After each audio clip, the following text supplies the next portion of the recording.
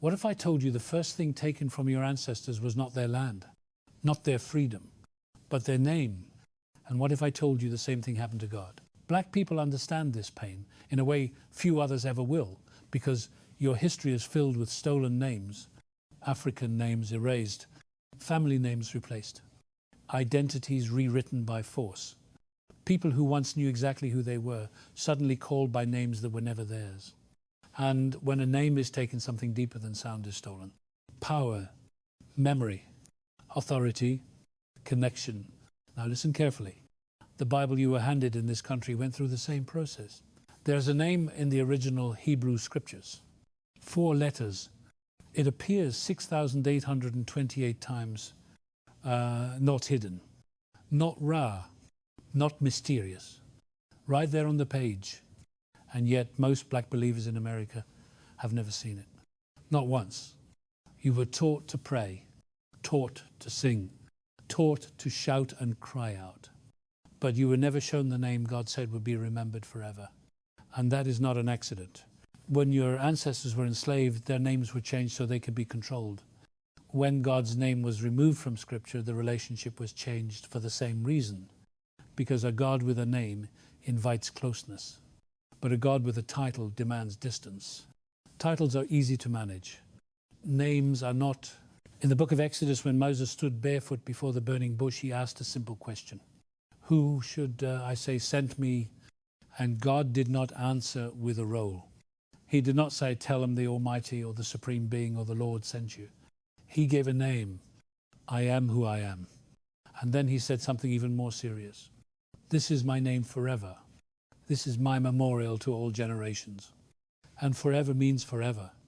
Not until Europe got uncomfortable. Not until empires needed control. Not until churches decided people should approach God through systems instead of relationship. Names matter, especially to people who have had theirs taken. When your ancestors were forced onto ships, their names were stripped first. When they arrived, they were renamed so they could be owned. And when they were handed a Bible, it had already been edited. The God in that Bible had been stripped of his name too. And that parallel is not coincidence. A nameless people are easier to control, and a nameless God is easier to manage. In the Hebrew scriptures, God is called by many titles. Creator, Most High, Lord. Those titles describe what he does, but the 4-letter name is who he is. It is the covenant name, the personal name, the name that says this is not just a ruler you obey.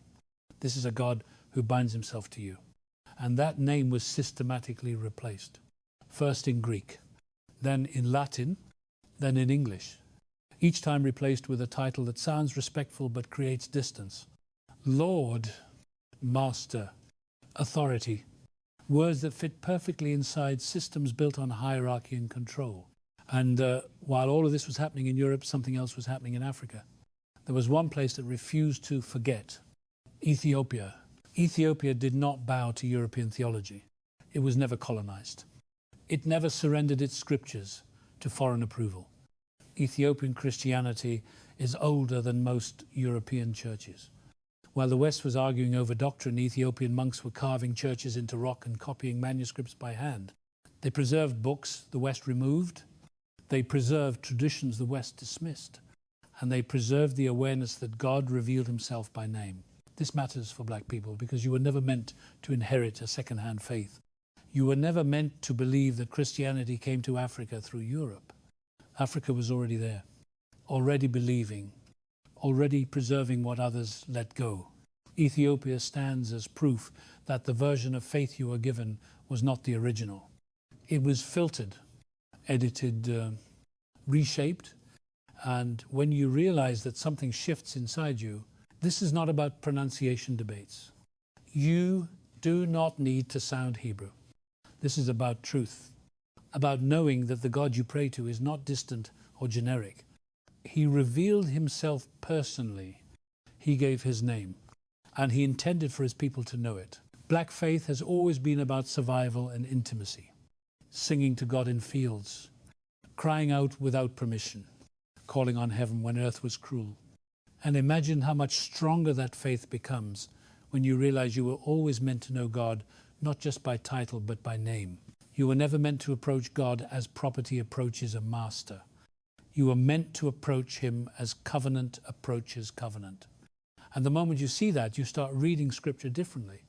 You start praying differently. You stop seeing yourself as someone begging a distant authority and start remembering that you are calling on the same God who heard slaves cry out in Egypt and broke an empire to answer them. This is where the journey begins. If you are still listening, you are not here by accident. And now the question is simple. Do you want to go deeper?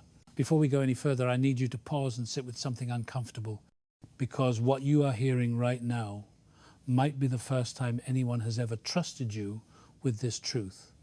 And the fact that you are still listening already says something about you. For black people, faith has never been abstract. It has never been theoretical. It has always been lived under pressure, prayed through pain, sung through suffering. And when you understand that, you begin to see why the removal of a name matters so much. When the Hebrews cried out in Egypt, Scripture says God heard their groaning and remembered his covenant. Not a system, not a doctrine, a covenant, a relationship tied to a name. And that same God is the one your ancestors cried out to in fields, in cabins, in chains, often without knowing the full story, but still being heard. Now imagine how different that history feels when you realize the God who answered them was not a distant Lord sitting behind layers of hierarchy, but the same covenant God who revealed himself by name and said, "This is who I am forever." That changes how you see black faith. Not as borrowed religion, not as second-hand theology, but as a raw, direct, unmediated cry that heaven has always recognized. Here is where things get real. When a people have their names taken, they are told who they are by someone else. See how that works? Enslavers renamed your ancestors to define their place in the system. And churches often rename God into a title that fit their system. And systems always protect themselves. A title can be shared, adjusted, controlled, but a name anchors identity. And identity threatens control. That is why this history feels personal, because it is about who gets to define reality. It is about who gets to decide how close you are allowed to be to God. Think about it. If God is always Lord in the abstract sense, then access feels formal, distant, procedural. You approach carefully. You wait your turn.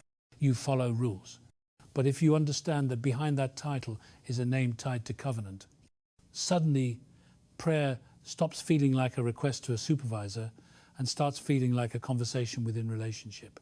That is not rebellion. That is exactly what covenant means. This is why the name was never removed in places that did not benefit from European power structures. Ethiopia did not need a distant God to manage populations or justify empire. They were not building a global system that required religious uniformity. They were preserving faith, not exporting control. And this is where I need to speak plainly to black listeners. You were never meant to be spiritually dependent on institutions that never had your best interests at heart. That does not mean rejecting church or community. It means understanding that your access to God was never meant to be leased through anyone else. Your ancestors understood this intuitively. They prayed without permission. They sang theology into existence. They trusted that God heard them even when the system said they were invisible. That instinct was right. It always has been. And now you are being given language for what they already knew in their bones. This knowledge is not meant to make you angry at every pastor or suspicious of every church. It is meant to wake you up to your own agency in relationship with God. You are not disqualified. You are not late to the story. You are not outside the covenant looking in. Africa was never outside the story. Ethiopia proves that. The fact that this history was not taught to you is not a reflection of your worth. It is a reflection of what systems choose to emphasize and what they choose to bury. So here is the question I promised I would ask you, and I want you to really answer it for yourself, maybe even out loud. Have you ever felt close to God but distant from religion?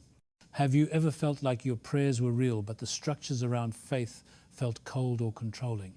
Have you ever wondered why your most powerful spiritual moments did not happen inside institutions, but in quiet, desperate, honest moments when you just called out? If that is you, then you are not broken. You are not rebellious. You are responding to a God who has always been closer than you were taught. And I want to thank you sincerely for staying with me this far, because listening to this requires courage. It is easier to scroll away. It is easier to say this is too much or too deep or too uncomfortable. The fact that you are here means you are willing to question what you inherited in order to get closer to truth. And that matters. You matter. Your faith matters. Your history matters. And where we are going next matters too. Because now that you understand how the name was removed and why Ethiopia refused to forget, the next step is asking what else was lost, what else was pushed aside, and what happens when black believers begin to reclaim not just information but intimacy. This is not about becoming something new. It is about remembering what was always yours. Thank you for listening. Thank you for being present. Thank you for trusting me with your attention. And if you are still here, then you are ready for what comes next. Now let us slow down and look straight at the page itself, because this is where the silence becomes visible. In the Hebrew scriptures, the divine name appears again and again woven into the text like a heartbeat. 4 letters repeated 6,828 times. Not hidden, not coded, not Ra, but central, constant, unavoidable. When you open an English Bible and you see the word Lord written in small capital letters, that is not emphasis, that is substitution. Those capital letters are a quiet confession from translators that something else stood there before. Behind that title stands a name that was removed from your sight. And here is why that matters so deeply for black believers. For centuries you were told to read texts where the most personal element had been edited out, and then you were blamed for feeling disconnected. You were told to obey, to believe, to trust, but not invited into the same level of intimacy that the original text assumed. In Hebrew thought, a name was not a label. It was essence. To know a name was to know character. To speak a name was to acknowledge relationship. That is why in Scripture, when God changes a name, Abram to Abraham, Jacob to Israel, everything changes. Destiny shifts when names are restored. So when the covenant name of God was replaced with the title, the relationship shifted from personal to procedural. And for people whose history includes forced renaming, that shift is not abstract. It lands in the body. It echoes trauma. When enslaved Africans were renamed, it was not just administrative. It was spiritual violence. It said, you no longer define yourself. Someone else does. Now see the parallel clearly. When Scripture replaced the name of God with a title, it said the same thing. You do not get to know God on His terms. You will know Him through ours. Through our language, through our systems, through our authority. And that authority was not neutral. It was shaped by empire, by colonization, by racial hierarchy, by economic interest. This is why this conversation is not dangerous.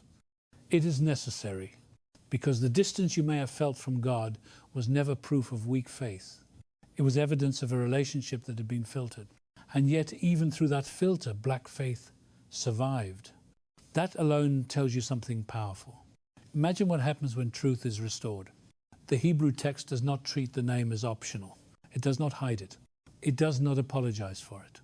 It places it everywhere God acts, speaks, rescues, judges, comforts, and promises. When the Psalms say God is near, they use the name. When the prophets cry out for justice, they use the name. When liberation is announced, the name stands front and center. That is why the Exodus story matters so much here. God reveals His name in a liberation context, not a temple ritual, not a royal coronation, but a rescue mission for an enslaved people. That should sound familiar. The first people to hear that name spoken aloud were not elites. They were slaves, People crying out under forced labor. People told their lives did not matter.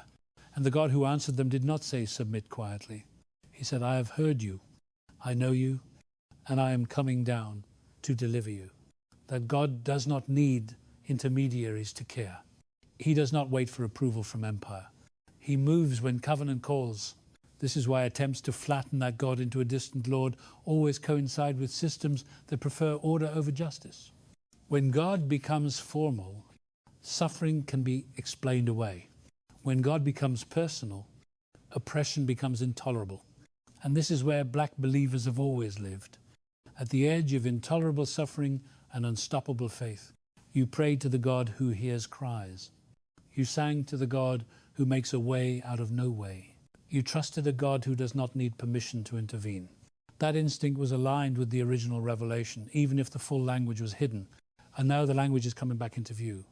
Not to create division, not to build superiority, but to restore alignment. Ethiopia matters here again, not as mythology, but as evidence. An African church that never let European theology decide what was sacred or expendable. An African tradition that preserved texts and names without needing validation from Rome or London. That alone should challenge the lie that black faith is dependent on white approval. It never was.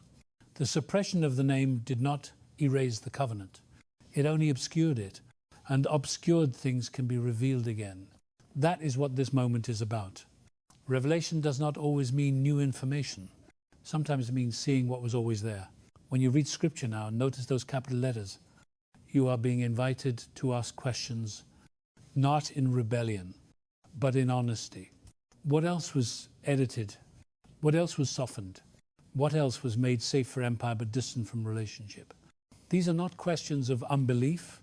They are questions of maturity. Faith that cannot be questioned becomes fragile. Faith that can face history becomes strong. And here is the grounding truth that must be said clearly. Knowing that the name was removed does not mean God abandoned you. He met you where you were. He heard prayers spoken through titles because hearts were sincere. Grace covered what knowledge lacked. But grace does not mean ignorance should remain. Growth means restoration. And restoration often starts with truth that stings before it heals. If this feels heavy, that is because it is undoing generations of spiritual narrowing. But heaviness is not harm. It is weight returning to something that was made light. The name carries weight. Identity carries weight. Covenant carries weight. Black faith has carried weight without recognition for a long time. This is not about becoming something foreign. It is about recognizing that your instincts toward a God who is close, responsive, and liberating were never out of place. They were biblical, and now as we move forward, the question is not whether this history is real. The manuscripts exist. The translations are documented. Ethiopia still stands.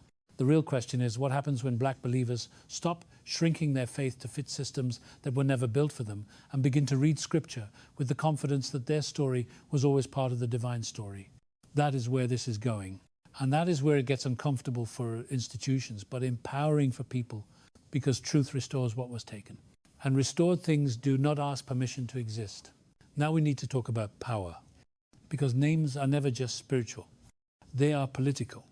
And anyone who understands history knows that control over language is control over reality. When God revealed his name in the scriptures, he was not only revealing who he is, he was declaring that no empire, no king, no priesthood had the right to rename him. That is why this story always creates tension with institutions. A God who names himself cannot be fully managed. And for black people, this should sound painfully familiar. Every system built on oppression begins by redefining reality. It renames people, renames land, renames truth, until the original meaning disappears under layers of imposed language. Slavery did not just steal bodies. It stole words. It stole African names, African cosmologies, African spiritual authority, and replaced them with labels designed to keep people small. So when we look at how the covenant name of God was removed and replaced with a title, we are not looking at an isolated theological choice. we are looking at a pattern that mirrors every system of domination black people have endured. Titles serve hierarchy. Names serve relationship. A title can be granted or revoked by power. A name stands whether power likes it or not. That is why throughout history, enslaved people were stripped of names and given designations that fit the system. And that is why God revealing his own name was such a threat. Because it meant God could not be absorbed into empire without resistance. Now think about how Christianity changed once it became aligned with imperial power. Before Constantine, Christians were persecuted, marginalized, meeting in homes, sharing meals, living in tight community, bound together by shared suffering and hope. After Christianity became the religion of empire, everything shifted.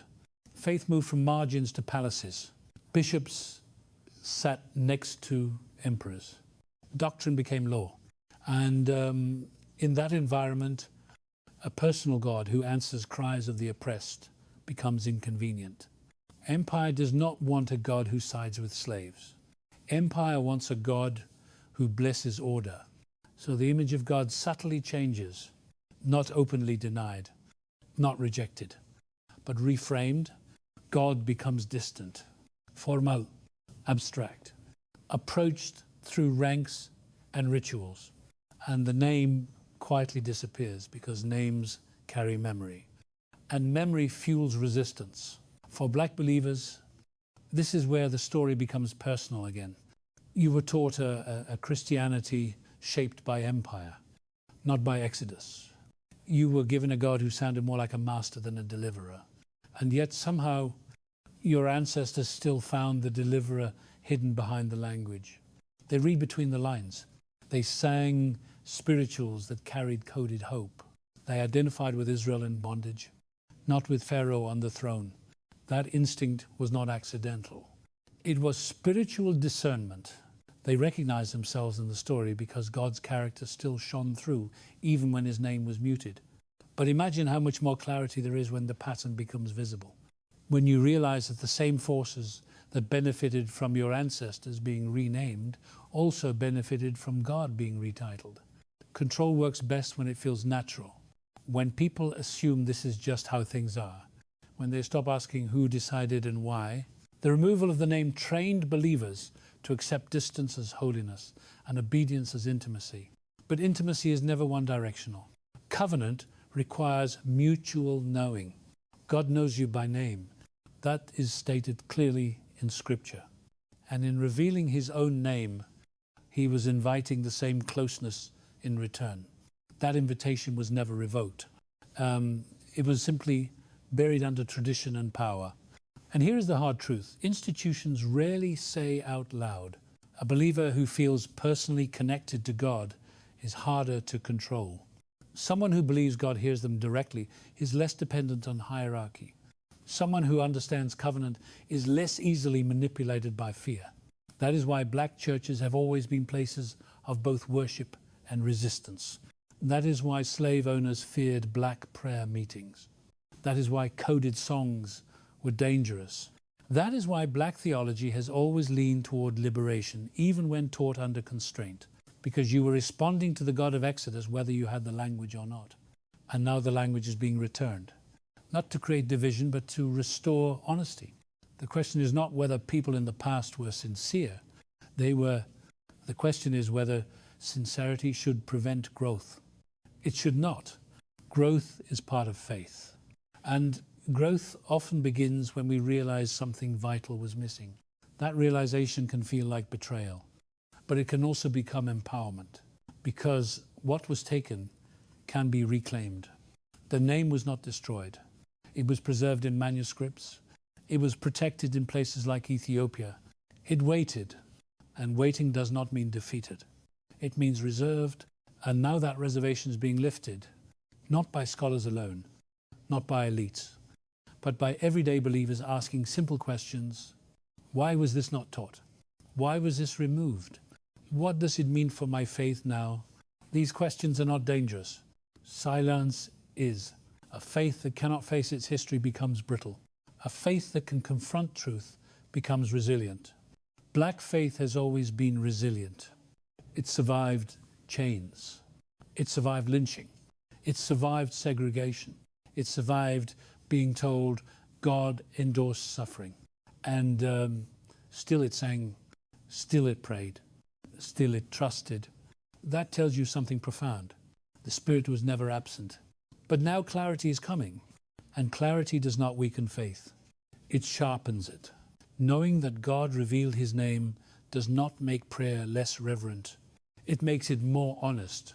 It moves worship from fear to trust. It reminds you that you are not approaching a distant authority figure, but entering a relationship that began long before empires and will outlast them. That realization has consequences. It reshapes how you read Scripture. It reshapes how you see yourself. It reshapes how you understand your place in the story of God. You are not a footnote. You are not an afterthought. Your history of survival aligns too closely with the story of a God who liberates for that to be coincidence. And as we move forward, we are going to look at what Ethiopia preserved beyond the name, what text was set aside, what perspectives were lost, and why reclaiming them does not mean rejecting Christ, but understanding him more fully. Because nothing threatens systems built on control more than people who know who they are and know who their God is. And that is exactly where this journey is leading. Now we have to face the question most people avoid because it exposes uncomfortable motives. Why would anyone want to keep the personal name of God at a distance? The answer is not mysterious when you look at how power works. Power survives by managing access. Whoever controls the doorway decides who gets in and under what conditions. When God is known by name, the doorway is wide open. When God is reduced to a title, the doorway can be guarded. Titles create structure. Structure creates dependence. Dependence creates control. This is not speculation. This is observable history. When the covenant name faded from public awareness, religious authority centralized, interpretation moved upward, access narrowed, and for black people living under systems designed to control bodies and beliefs, this narrowing had consequences that reached into daily life. A God addressed primarily as Lord fits neatly into a world where lords already exist. Masters, overseers, rulers, authorities. The language itself reinforces hierarchy. It conditions the mind to accept distance as normal and obedience as virtue, even when obedience leads to harm. That is why reclaiming the reality behind the language matters so much. It interrupts conditioning. It restores agency. It reminds you that the God of Scripture does not need human permission to hear you. And here is the part institutions rarely admit. Direct relationship weakens centralized authority. When believers understand that covenant does not require intermediaries, the role of gatekeepers shrinks. When people trust that God hears them directly, fear loses leverage. That is threatening to any system built on compliance. For black believers, this hits home because compliance has been demanded for survival while dignity was denied. And yet dignity persisted anyway. Black prayer has always carried a boldness that made overseers nervous. It did not wait for approval. It did not ask for credentials. It cried out because survival demanded it. That boldness aligns with covenant logic, not institutional logic. Covenant says, call on me and I will answer. Institution says, follow procedure and wait. Those are not the same. And when the covenant name was removed from common awareness, institutional logic gained ground. This does not mean every church leader intended harm. Systems shape behavior even without malicious intent. People make choices that feel responsible within the framework they inherit. But outcomes still matter. Distance increased. Intimacy decreased. And entire communities were trained to experience God as far away while being told that distance was holiness. Now consider Ethiopia again, because contrast clarifies truth. Ethiopia did not need a God-made safer empire because it was not building an empire on the backs of others. It did not need theological distance to manage colonized populations. It preserved closeness because closeness did not threaten its survival. This is why Ethiopia matters not as legend but as mirror. It shows what faith looks like when it is not bent around domination. It shows that reverence does not require erasure. It shows that honoring the sacred does not require hiding it from the people. And for black people, this should land as affirmation. Your spiritual instincts toward closeness were never wrong. They were suppressed. There is a difference. Suppression teaches you to doubt yourself. Restoration teaches you to trust again. And restoration is what this moment invites. Not rage, not rejection, restoration. To restore means to put back what was removed, not to invent something new. The covenant name does not create a new God. It reveals the same God more clearly. It does not replace Christ. It deepens understanding of the one Christ prayed to and revealed. When Jesus prayed, he prayed within the covenant language of Israel. When he quoted scripture, the name stood behind the words he spoke. That context matters. It grounds faith in continuity rather than abstraction. And continuity is something black history understands deeply. Survival itself is continuity under pressure. So what do you do with this? You start by noticing. You read scripture attentively. When you see Lord in small capitals, you pause and remember that a name stands there. You let that awareness soften distance.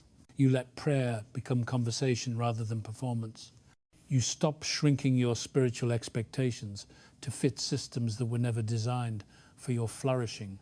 You do not need to announce rebellion. You simply live restored. And restoration has ripple effects. It changes how you view yourself.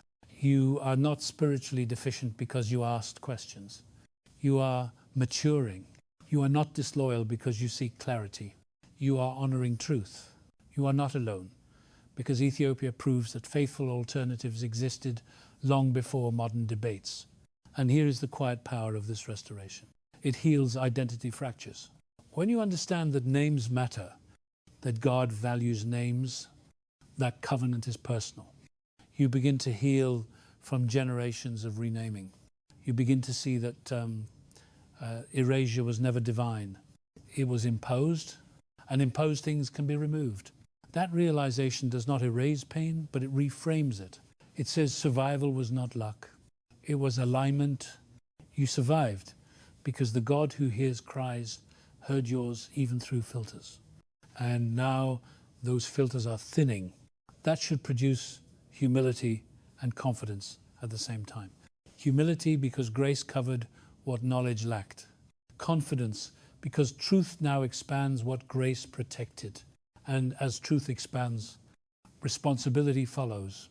Not responsibility to attack institutions, but responsibility to live honestly, to teach children that Africa was never spiritually absent, to tell elders that their prayers were heard, even if language was limited, to build communities where faith is both rooted and free, to support scholarship that honors African Christian history, to ask leaders thoughtful questions without hostility.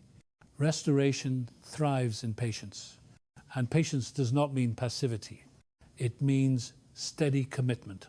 The same commitment Ethiopia showed by copying manuscripts generation after generation. The same commitment black communities showed by passing songs and stories when books were forbidden. That lineage of care is still alive. This is not a trend. It is recovery. And recovery takes time. But every step matters.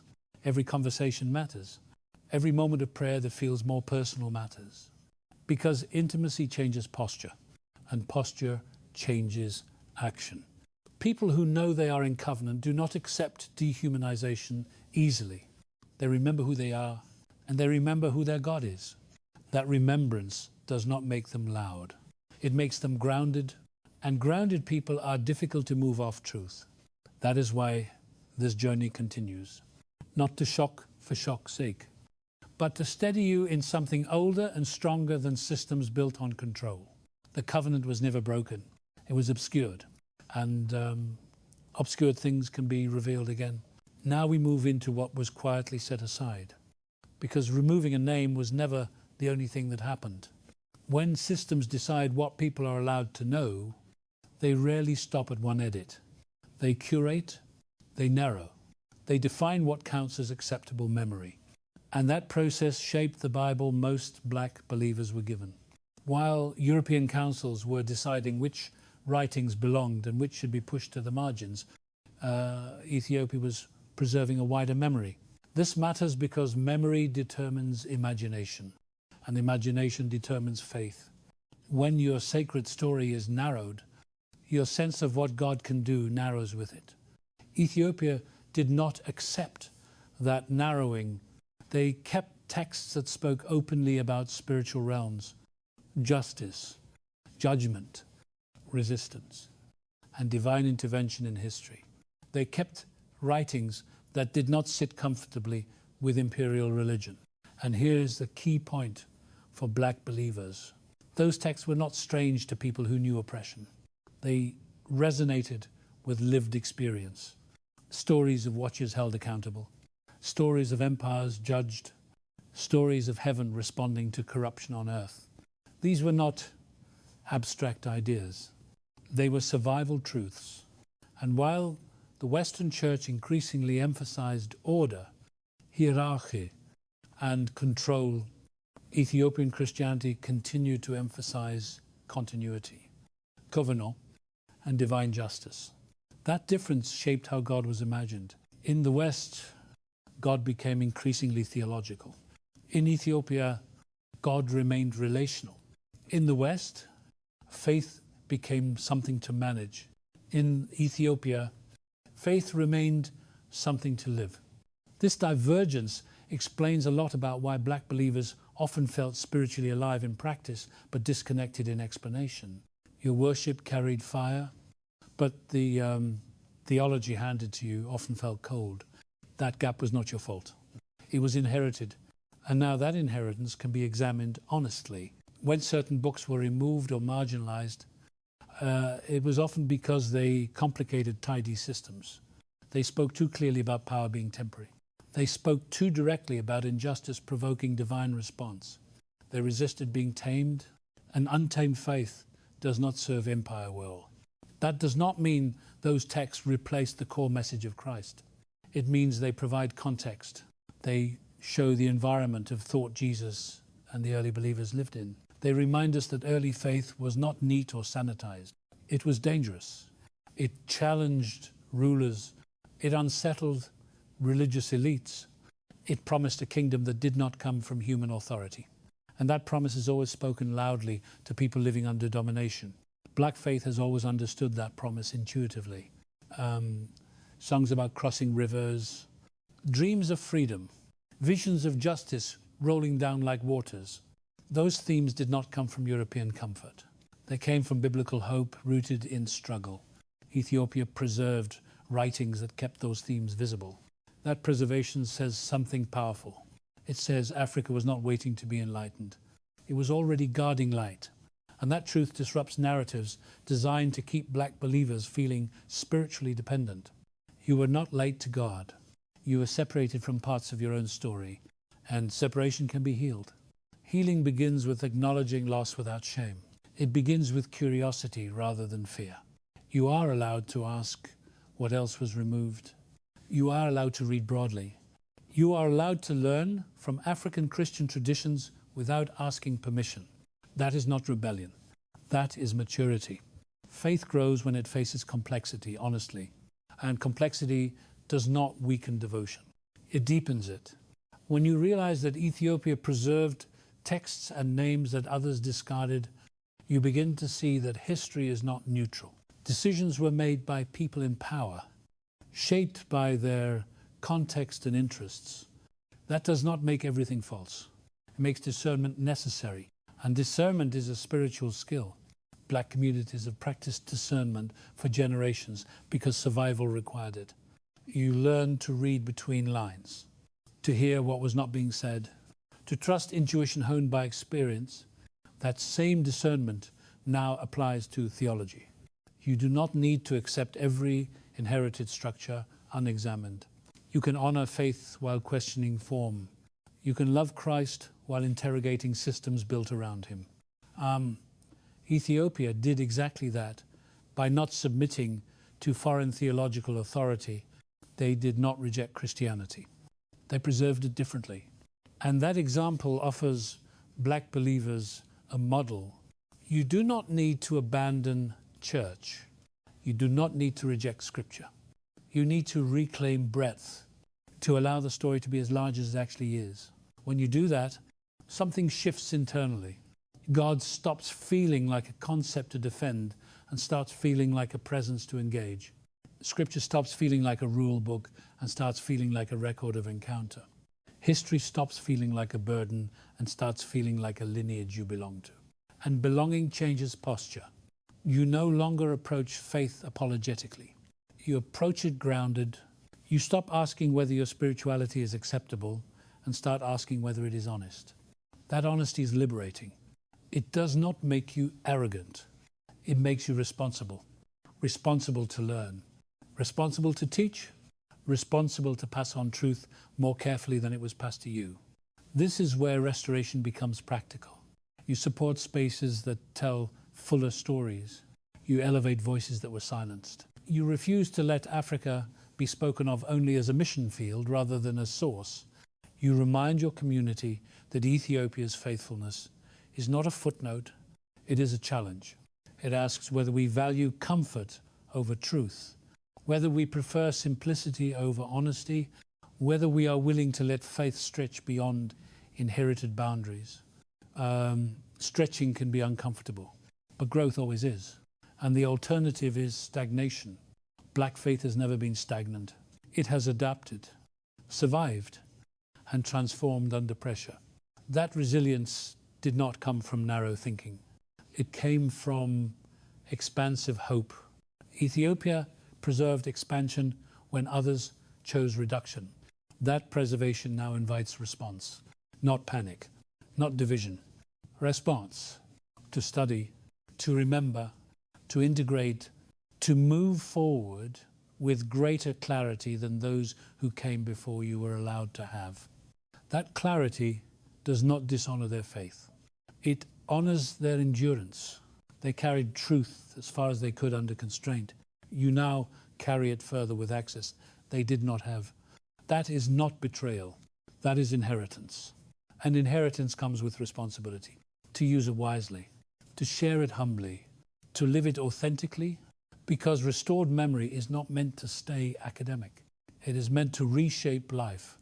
And as we continue, we are going to look at how this restoration impacts identity, prayer, community, and future generations.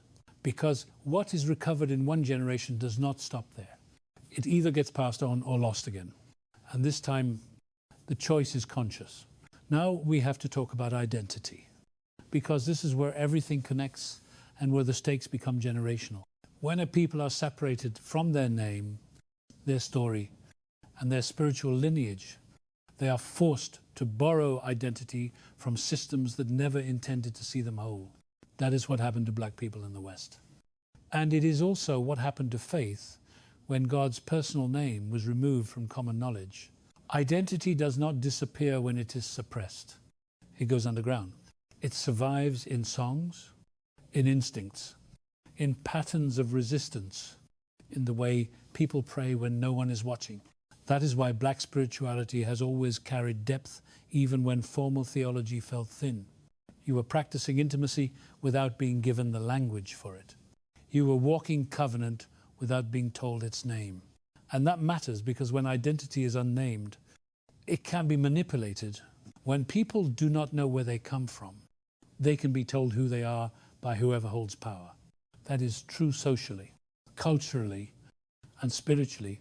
So the restoration of truth is not just about correcting history. It is about stabilizing identity. When you understand that Africa was never spiritually absent, that Ethiopia was preserving faith while Europe was consolidating control, that black people were never late to God but strategically disconnected from parts of the story, something inside you settles. You stop asking for validation.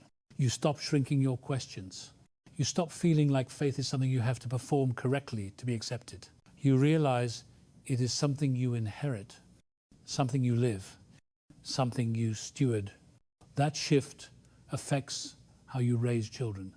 It affects how you talk about God at home. It affects whether the next generation grows up feeling spiritually inferior or grounded. And grounding is critical because the world constantly pressures black people to fragment.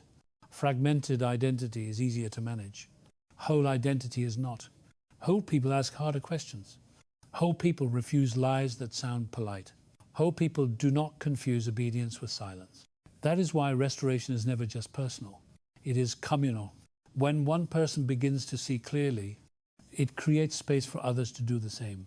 Conversation change, teaching changes, expectations change. Faith becomes less about fitting into inherited boxes and more about walking honestly with God. And honesty attracts sincerity. That is how communities heal, not through perfection, but through truth practiced consistently. Ethiopia's example is not about copying rituals or romanticizing the past. It is about learning what it means to protect memory across generations. Ethiopian monks copied texts for centuries, knowing they might never see the impact of their work. They were faithful to preservation without needing applause. Black communities have done the same with stories, songs, recipes, sayings, and prayers passed down quietly. That discipline of care is already in you. This restoration simply gives it direction. It says, what you have been carrying intuitively now has historical grounding. It says your instincts toward closeness with God were not emotional excess. They were alignment, and alignment brings peace. Not comfort, peace. Comfort avoids tension. Peace holds steady inside it. As this awareness grows, you may feel friction with spaces that prefer not to ask these questions. That friction does not mean you are wrong. It means growth is happening. Growth always disturbs equilibrium. The goal is not to fight everyone around you. The goal is to remain rooted while staying open. Rooted people do not need to shout to be firm. They simply do not move when pushed by fear. This is how generational healing begins. When children see adults who are confident without being defensive, curious without being chaotic, faithful without being fearful, that kind of example does more than arguments ever could. It teaches discernment by modeling it, and discernment is what the next generation will need. They are growing up in a world full of information but short on wisdom. If you give them shallow answers, they will look elsewhere. If you give them honest history and living faith, they will stay engaged. This restoration equips you to do that. It gives you substance. It allows you to say, we do not have all the answers, but we are not afraid of the questions. That posture builds trust, and trust keeps families and communities connected. This is why reclaiming what was lost matters beyond theology. It impacts mental health, cultural confidence, and spiritual resilience. People who know who they are recover faster from trauma. People who know their story are harder to deceive. People who understand their faith as inherited rather than imposed do not abandon it as easily when challenged. They refine it. That refinement is already happening. You are part of it simply by listening and thinking. And that matters, because movements do not start loud. They start deep. They start with quiet realizations repeated across many lives until something shifts collectively. Ethiopia did not announce itself to the world. It simply remained faithful. Black faith did not wait for permission to survive. It adapted, it sang, it prayed, it endured. Now, endurance is meeting clarity, and clarity amplifies endurance. This is not about replacing one authority with another. It is about restoring balance, relationship alongside reverence, history alongside devotion, identity alongside belief. When those things come back into alignment, faith stops feeling like a burden and starts feeling like home. And home is where growth can continue without fear. That is what this moment offers. Not a finish line, but a foundation. And foundations determine what can be built next. Now we turn toward the future, because restoration that does not point forward becomes nostalgia. And nostalgia cannot sustain a people. What Ethiopia preserved was not meant to stay locked in the past. It was meant to be carried forward as living memory. That is the difference between history and heritage. History can be observed. Heritage must be lived. And black people have always understood that distinction. You did not survive by memorizing facts. You survived by embodying truth. Faith was not something you analyzed. It was something you leaned on. Now that deeper layers of the story are being uncovered, the question becomes how this knowledge reshapes the way you move through the world. This is not about replacing one label with another. It is about reclaiming depth in a time that rewards surface. Modern culture moves fast. It prefers sound bites over substance. But faith that survives pressure has always been slow, deliberate, and rooted. Ethiopia preserved truth by refusing to rush, by copying manuscripts one letter at a time, by praying rhythms into daily life, by valuing continuity over convenience. That patience is a lesson for this moment. Restoration cannot be rushed either. It must be integrated into how you read Scripture, how you speak about God, how you understand yourself. When restoration is rushed, it becomes reactionary. When it is integrated, it becomes transformative. For black believers, this means allowing your faith to expand without feeling like you have to announce departure from anything. You are not leaving Christ. You are understanding him more fully. You are not abandoning community. You are strengthening it with honesty. You are not rejecting tradition. You are discerning which traditions carry life and which were shaped by fear. That discernment requires confidence, and confidence grows when identity is secure. Knowing that African Christianity did not begin with colonization stabilizes identity. Knowing that Ethiopia preserved sacred memory when others narrowed, it builds confidence. Confidence allows you to engage without defensiveness. You no longer have to argue your worth. You can demonstrate it through grounded presence. That presence is powerful. It changes conversations without raising volume. It shifts environments simply by refusing to participate in false scarcity. There is room in faith for truth and love to coexist. There is room for questions and devotion. There is room for African memory and Christian commitment. You do not have to choose between them. They were never meant to be separate. Separation was imposed. Integration is restoration. This is where the future becomes tangible. Children raised with integrated faith do not grow up feeling like they have to split themselves to belong. They do not have to choose between cultural pride and spiritual sincerity. They see faith as something that honors their whole self. That wholeness matters in a world constantly trying to fragment attention and identity. Integrated faith produces resilient people. Resilient people build resilient communities, and resilient communities can face injustice without losing soul. That is not idealism. It is history. Black communities have demonstrated resilience under extreme conditions. What changes now is the clarity behind that resilience. Clarity allows intention. Intention allows strategy. Strategy allows sustainability. Faith moves from survival mode into stewardship mode. You are no longer just holding on. You are building families rooted in truth, building conversations that do not collapse under disagreement, building spiritual practices that nourish rather than exhaust, building legacy rather than reacting to crisis. Ethiopia built legacy by thinking in centuries. That mindset challenges the urgency culture that says everything must happen now or it is meaningless. Some things are worth preserving slowly. Names, stories, relationships, integrity, these are not optimized. They are protected, and protection requires patience. As this restoration continues, you may notice discomfort in spaces that prefer predictability over depth. That discomfort is not failure. It is signal. It tells you where growth is pressing against limitation.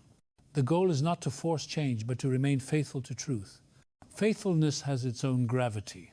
Over time, it attracts those who are hungry and repels what cannot adapt. That process does not require aggression. It requires steadiness. Steadiness is a form of strength Black people know well. It carried families through decades when progress felt slow. It carried movements through setbacks. It carried faith through silence. That same steadiness now carries restoration. You do not have to convince everyone. You do not have to correct every misunderstanding. You do not have to carry the weight alone. You simply have to live honestly with what you know. That honesty will find its way. Truth has a way of traveling quietly until it reaches the people who need it most. This is not about creating a new category. It is about removing artificial limits. When limits fall, imagination expands. When imagination expands, faith becomes creative again. Creative faith is not chaotic. It is responsive. It listens. It adapts. It remains rooted while engaging new questions. That is the kind of faith needed for the future. A faith that can speak to injustice without losing compassion. A faith that can confront history without losing hope. A faith that can honor ancestors without idolizing them.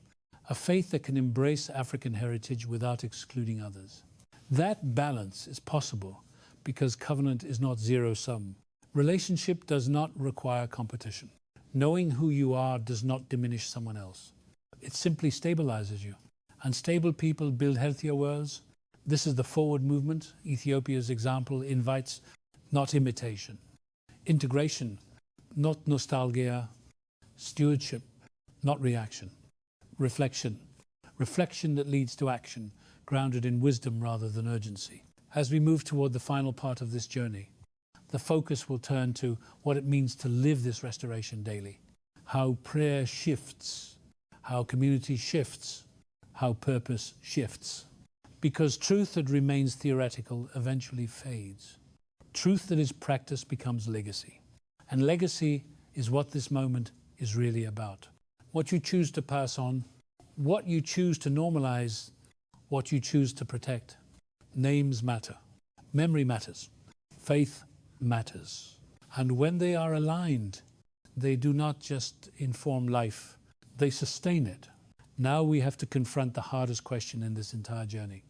Not what was removed, not how it was hidden, but why so many people never noticed and why that silence lasted so long. Silence does not happen by accident. Silence is taught. Silence is rewarded. Silence is normalized until questioning feels dangerous. For Black people, this pattern is painfully familiar. You were taught when to speak and when to stay quiet. You were praised for obedience and punished for curiosity, and that same conditioning seeped into faith. Many were taught that asking questions showed weak belief, that digging into history meant rebellion, that trusting tradition without examination was holiness. But silence has never been neutral.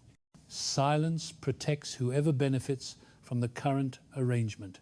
And when it comes to theology, silence has protected systems that prefer distance over intimacy and control over relationship.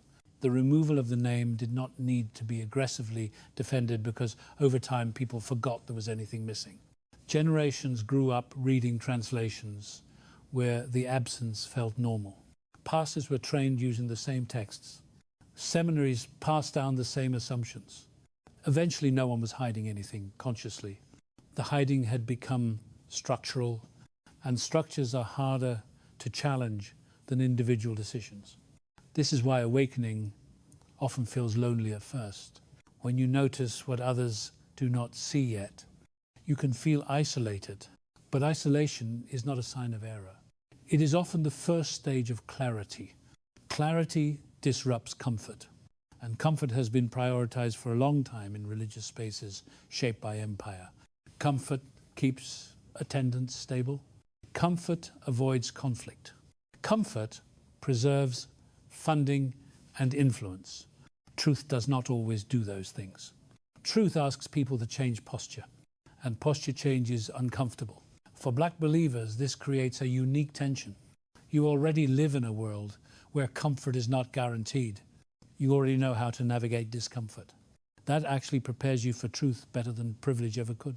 People who have been forced to adapt develop discernment. You learn to read environments, to sense when something was off, to survive by intuition. That same intuition now recognizes theological gaps. And instead of dismissing that recognition, you are being invited to honor it. Honoring it does not mean burning bridges. It means walking honestly. It means refusing to pretend that inherited silence equals sacredness. Sacredness is not fragile. It can withstand examination. If something collapses under honest inquiry, it was never holy. It was protected by fear, and fear has never been the foundation of covenant. Covenant is built on trust. Trust grows when truth is accessible. That is why the question of the name matters beyond language. It represents access, who gets to know God closely, who is encouraged to approach, who is told to wait. When access is restricted, faith becomes stratified. Some feel entitled to intimacy, others are taught to settle for distance. That hierarchy mirrors social hierarchies, and black people have always been placed on the receiving end of those arrangements. This is why this restoration feels like justice as much as theology. It levels access. It reminds you that God did not design relationship to be rationed. He did not reveal himself selectively to elites and withhold himself from the masses. He spoke his name in a desert to a fugitive shepherd. He revealed covenant to enslaved people. He identified himself with the oppressed long before he was preached from thrones. That pattern matters. It tells you where God's heart leans. And if institutions drift away from that pattern, it is not God who moved. It is interpretation. Interpretation shaped by context. Context shaped by power. Understanding that does not destroy faith. It grounds it. It separates God from the systems built around him. And that separation is healthy. It allows you to critique structures without rejecting spirituality. To question tradition without abandoning devotion. To love God without defending everything done in his name. That distinction is crucial. Many black people walked away from church not because they rejected God, but because they could not reconcile lived reality with institutional answers. They felt something was off, but were given no language to articulate it. Now language is emerging, and language empowers return on different terms. Not return to silence, but return to conversation. Conversation that includes history. Conversation that includes Africa. Conversation that includes power dynamics. Conversation that includes the full humanity of black experience. That conversation does not weaken community. It deepens it.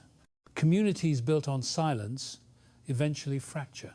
Communities built on honesty adapt. Adaptation is survival. Black communities know that well. You adapted spiritually under slavery. You adapted culturally under segregation. You adapted socially under discrimination. That adaptability is not a flaw. It is strength. And now it is being directed toward restoration rather than mere survival. Restoration invites agency. Agency invites responsibility. Responsibility invites maturity. Maturity does not need permission to exist. It simply acts with care. This is where you find yourself now. Not at the edge of faith, but at a deeper layer of it.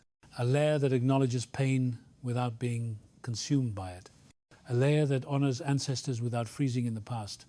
A layer that seeks truth without weaponizing it. That balance is rare, but it is possible. Ethiopia modeled it by preserving without dominating. Black faith has modeled it by surviving without surrendering soul. These streams are converging, and convergence always creates momentum. The question is not whether institutions will change overnight. They will not. Institutions move slowly. People move faster. The real shift happens at the level of individuals who begin to live differently, who pray with more confidence, who read with more awareness, who teach children with more honesty, who refuse to pass on half stories. That is how restoration spreads. Quietly, persistently, without needing approval, and that is how silence ends. Not through shouting, but through sustained clarity. Clarity lived out over time becomes culture. And culture reshapes institutions eventually. This is not impatience. It is process. And you are already part of it simply by choosing not to look away. That choice matters more than you realize. Now we arrive at the moment where understanding becomes decision, because truth that does not change how you live eventually fades back into noise. Everything you have heard up to this point leads here. The recovery of name, memory, and covenant is not meant to sit in your mind as information. It is meant to reshape how you stand in the world. For black people, this is especially important because you have been trained by history to be alert, adaptive, and resilient, but not always allowed to be rooted. Survival required movement. Restoration requires grounding. Grounding means knowing who you are, where you come from, and who you are connected to beyond systems that rise and fall. When faith is grounded, fear loses leverage. When fear loses leverage, choice expands, and expanded choice is freedom. That freedom does not look like chaos. It looks like calm confidence. It looks like prayer that is not rushed. It looks like reading scripture without shrinking questions. It looks like teaching children without apologizing for their heritage. It looks like community that does not panic when challenged. That is the fruit of restoration. And restoration always shows up in practice before it shows up in policy. Institutions change last. People change first. That is why this work matters at the personal level. You do not need permission to live with more honesty. You do not need consensus to deepen intimacy with God. You do not need validation to honor African Christian history. You simply need courage to integrate what you know. Integration means allowing truth to inform daily habits, how you pray, how you speak about God, how you frame struggle, how you respond to injustice. When you know that the God of Scripture revealed himself by name in a liberation context, you stop spiritualizing oppression. You stop explaining suffering as destiny. You start seeing justice as part of faith rather than distraction from it. That shift does not make you angry at God. It aligns you with his character. And alignment produces clarity. Clarity helps you choose when to speak and when to be silent, when to stay and when to move, when to challenge and when to build patiently. That discernment is invaluable in a world that constantly pressures reaction. Reaction burns energy. Discernment conserves it. Black communities have always had to manage energy wisely. That wisdom now applies spiritually as well. You do not have to carry every argument. You do not have to convince every skeptic. You do not have to perform certainty. You simply have to live truthfully. Truth has its own gravity. Over time, it draws what belongs and exposes what does not. That process is slow but reliable. Ethiopia understood this. They did not chase influence. They guarded integrity, and integrity outlasts influence every time. This is where the future opens, not as a dramatic break from the past, but as a continuation with greater awareness. The next generation does not need you to have everything figured out. They need you to be honest.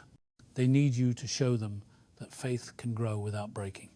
That questions are not threats. That heritage is not baggage. That Africa is not a footnote. That God is not distant. When children see adults living integrated faith, they learn that wholeness is possible. That lesson is more powerful than any sermon, and it counters the fragmentation they experience daily from media, systems, and pressure to perform.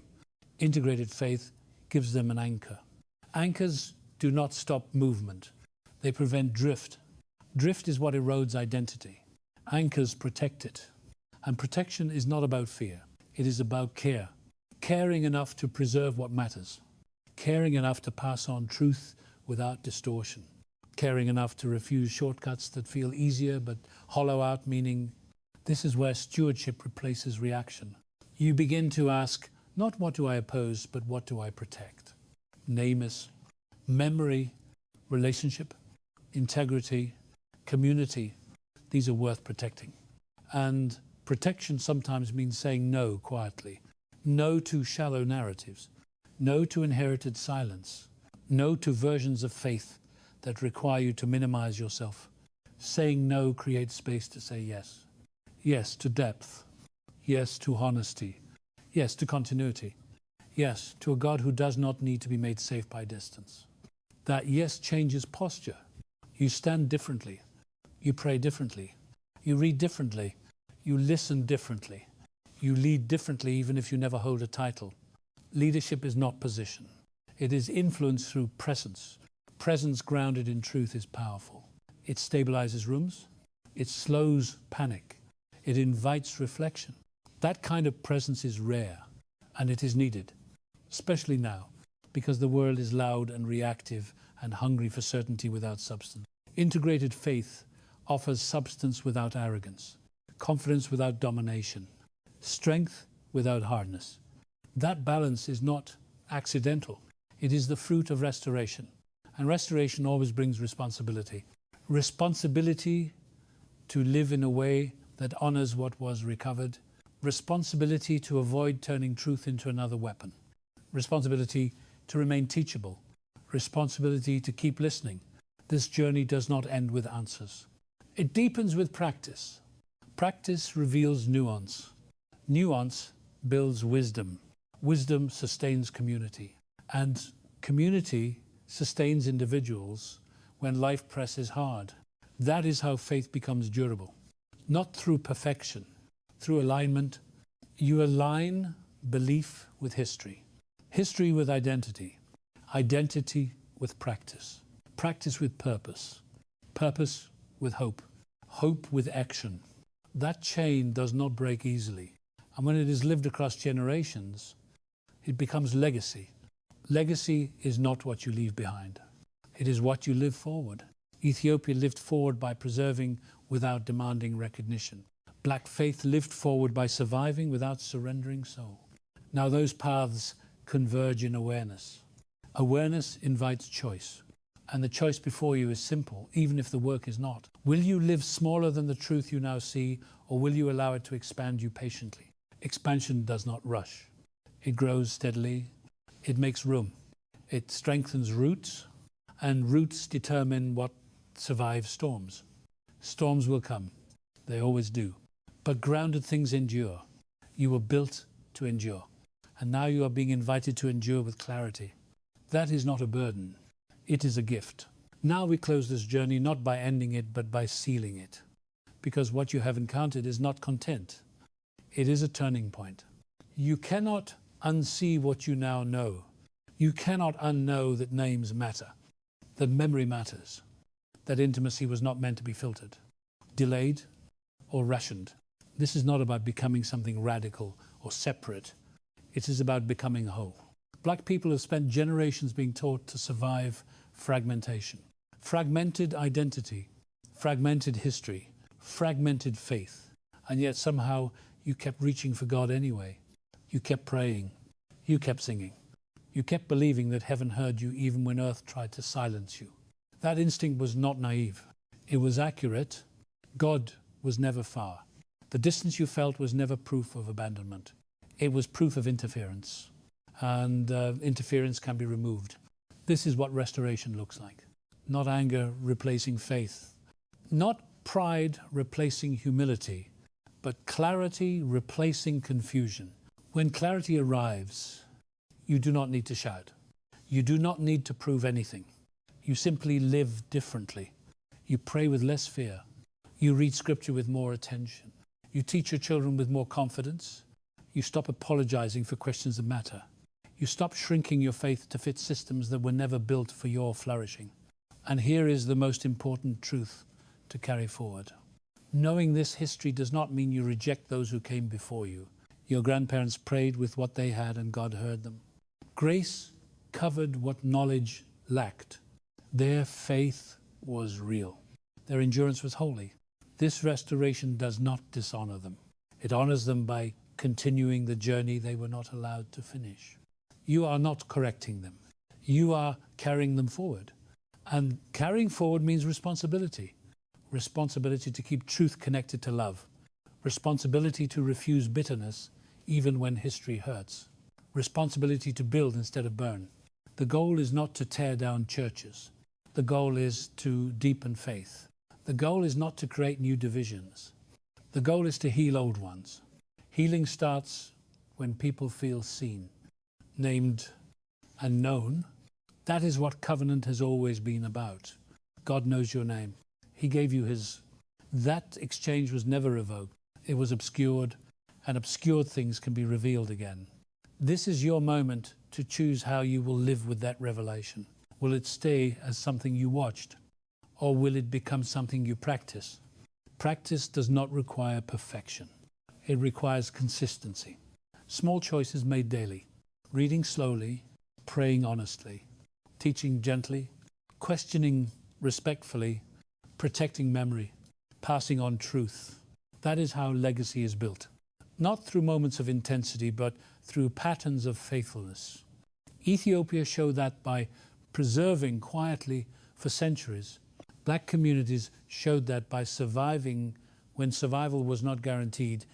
Now those strengths meet awareness.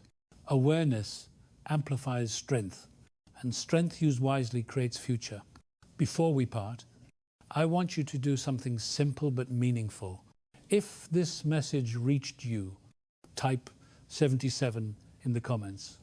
Not for superstition, not for performance, but as a signal that you were present, that you heard, that you are choosing not to forget. And while you are there, share where you are listening from, city, state, country. Let this become a map of awakening, not driven by noise, but by presence. If this truth gave language to something you have felt but could not explain, press like so it can reach someone else who needs it. Algorithms respond to engagement, but more importantly, people respond to honesty. And subscribe if you are willing to continue this journey, because we are not done. There are more layers, more history, more healing, more restoration ahead. And finally, let us seal this with prayer. Eternal God, the one who is, who was, and who will be, we come before you with gratitude and clarity. Thank you for meeting us even when knowledge was limited. Thank you for hearing cries spoken through titles when names were hidden. Thank you for preserving truth through people and places that refuse to forget. We thank you for Africa. We thank you for Ethiopia. We thank you for ancestors who carried faith under pressure, heal what was broken by erasure, restore what was taken by force, guide us as we walk with greater awareness. Keep us humble, keep us loving, keep us grounded. Teach us to live covenant, not just speak about it. Teach us to pass on truth without fear. Let this knowledge deepen relationship, not inflate ego. Make us people who build, who heal, who remember. We walk forward, not in anger, but in clarity. Not in division, but in purpose. Not in fear, but in trust. And we commit to carrying this truth with care. Amen.